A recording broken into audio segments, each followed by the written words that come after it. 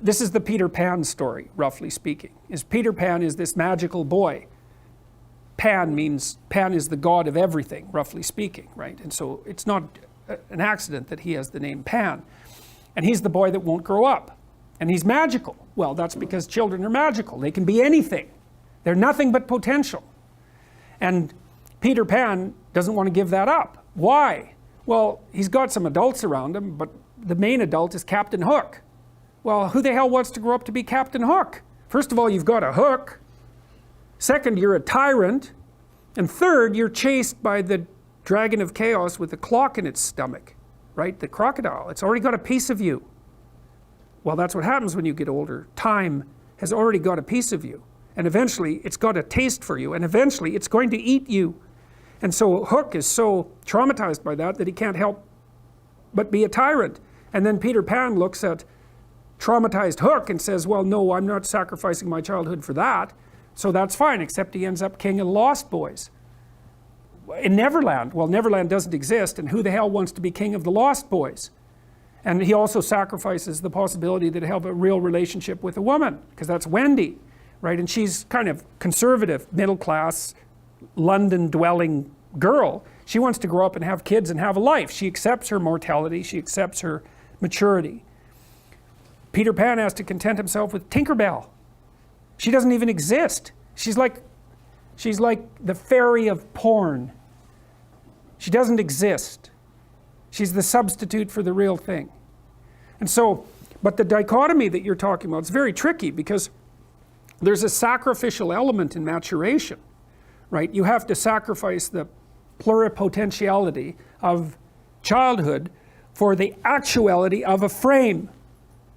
And the question is, well, why would you do that? Well, one reason is it happens to you whether you do it or not.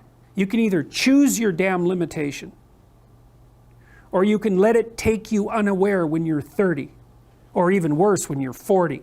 And then that is not a happy day. And I see people like this, and I think it's more and more common in our culture, because people can put off maturity without suffering an immediate penalty. But all that happens is the penalty accrues, and then when it finally hits, it just wallops you. Because when you're 25, you can be an idiot. It's no problem. Even when you're out in a job search, it's like, well, you don't have any experience and you're kind of clueless. It's, yeah, you're young, it's no problem. That's what young people are like, but they're full of potential. Okay, well, now you're the same person at 30. It's like people aren't so thrilled about you at that point. It's like, what the hell have you been doing for the last 10 years? Well, I'm just as clueless as I was when I was 22. It's, yeah, but you're not 22. You're an old infant, right? And that's an ugly thing, an old infant. So part of the reason you choose your damn sacrifice, because the sacrifice is inevitable, but at least you get to choose it. And then there's something that's even more complex than that in some sense, is that the problem with being a child is that all you are is potential, and it's really low resolution. You could be anything, but you're not anything. So then you go and you adopt an apprenticeship, roughly speaking, and then at least you become something.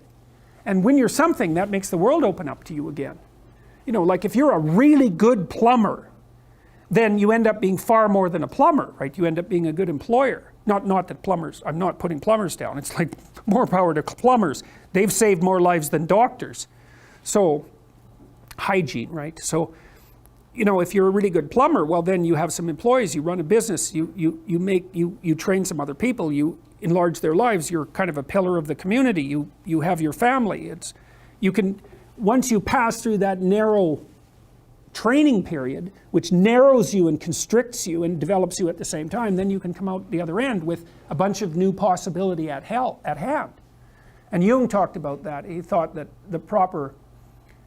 part of the proper path of development in the last half of life was to rediscover the child that you left behind as you were apprenticing.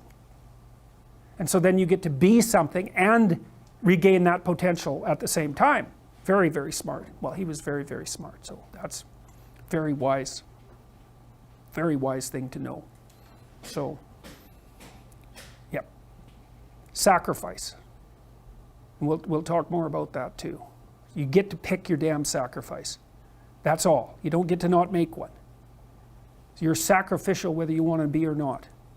That's a good thing to know as well. So even though it's rather, it's a rough thing to figure out. But other questions?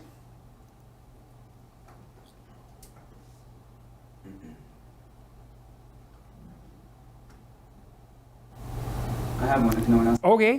That thing you just said about noticing it more and more in people late into their 20s. Yeah. What do you think about that? Where do you think that comes from in terms of the culture we live in? I think universities facilitate it. Because you can go to university to not be something instead of going to university to be something. And it's Pleasure Island. And the price you pay for it, especially in the US, is debt. And you're enticed into it because the administrators can pick your pocket. So they rob your future self while allowing you to pretend that you have an identity, right? Very nasty. And you can't declare bankruptcy with your student loans in the US. It's indentured servitude. And it's precisely Pleasure Island. It's exactly that. And so tuition fees have shot way out of control. And part of the reason that universities don't make more demands on their students and let them get away with all the things they let them get away with is because they're basically, why the hell would you chase them out?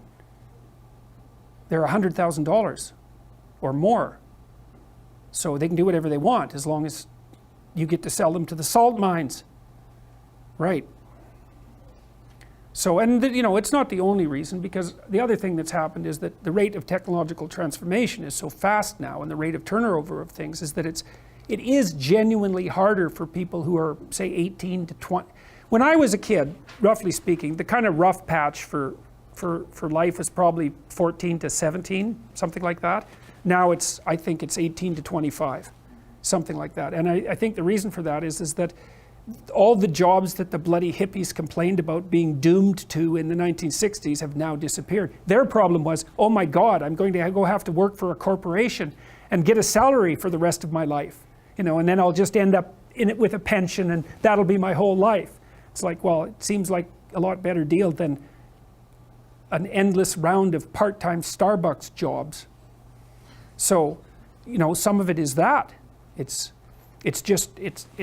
There's a space now in our culture that is lacking for people to make that transformation from adolescence into adulthood.